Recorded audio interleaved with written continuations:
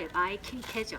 Yeah, 600 years ago, King Taejo built this Gyeongbokgung Palace as his main residence. Okay, and that's Gyeongbokgung. Yeah, Gyeongbok. This name means a palace greatly blessed by heaven. So as a main palace of the dynasty, its compound was the largest of all the Joseon palaces and served as the center of king's administration and private life.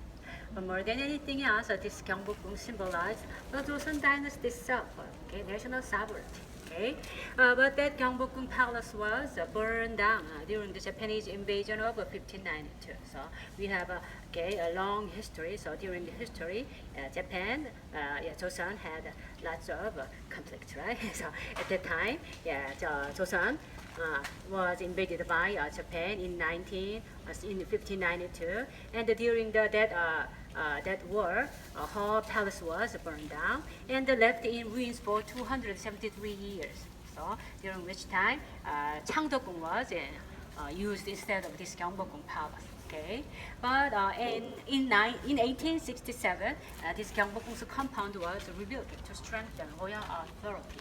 So this map shows the reconstruction state of 1867. So as you see, it was completed on a grand scale with more than 500 buildings of various sizes and types. But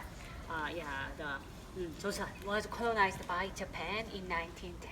So since this Gyeongbokgung Palace symbolized the Joseon dynasty itself, Japan destroyed her palace, almost her palace. So at that time, more than 90% of the buildings were destroyed. 90%. Okay, but fortunately, 10% buildings were survived. So those buildings are this throne hall, council hall, banquet venue, and Queen Dowager's living space, and some buildings of back garden. Yeah, King's residence, Queen's legends, all destroyed. Okay, 90% of the buildings were destroyed. In 1945, Korea was liberated, but in 1950, Korean experienced the Korean War. So in such situations, Koreans couldn't afford to take care of this old broken palace. But since 1990s, a long-term restoration project has been ongoing to its original state. So this map shows the current situation.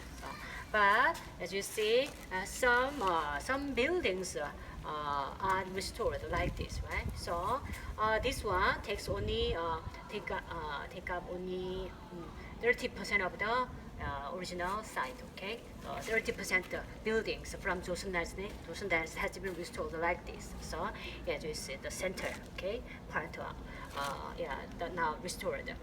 So as you see, the other, the outskirt areas are still empty. Okay, and then but still occupies a huge area of more than 432,000 square meters. Very, very huge still.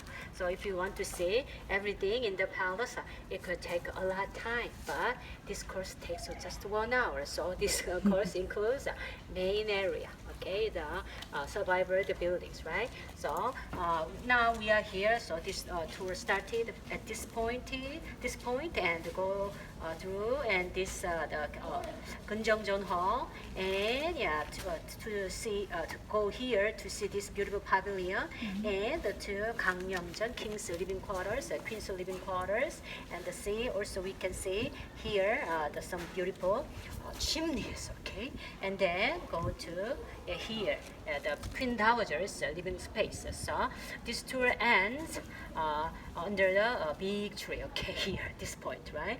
So after this tour, you can go further, go further to see this back garden, okay? The back garden usually have a beautiful scenery, but this tour ends at here. So by yourself, you need to go here, okay, to see this area. Okay, and then this is the north gate of this palace, Sinmumun.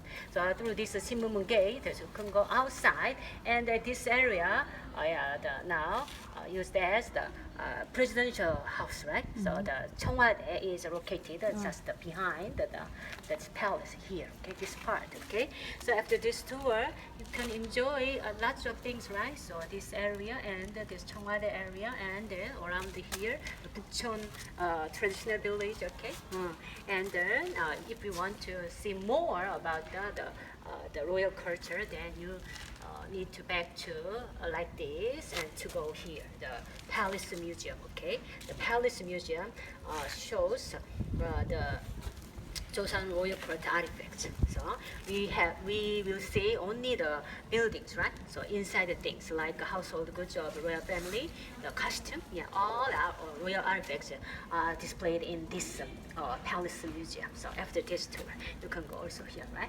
Okay, so without further delay, let's get started. Okay, thank you. So this way, please.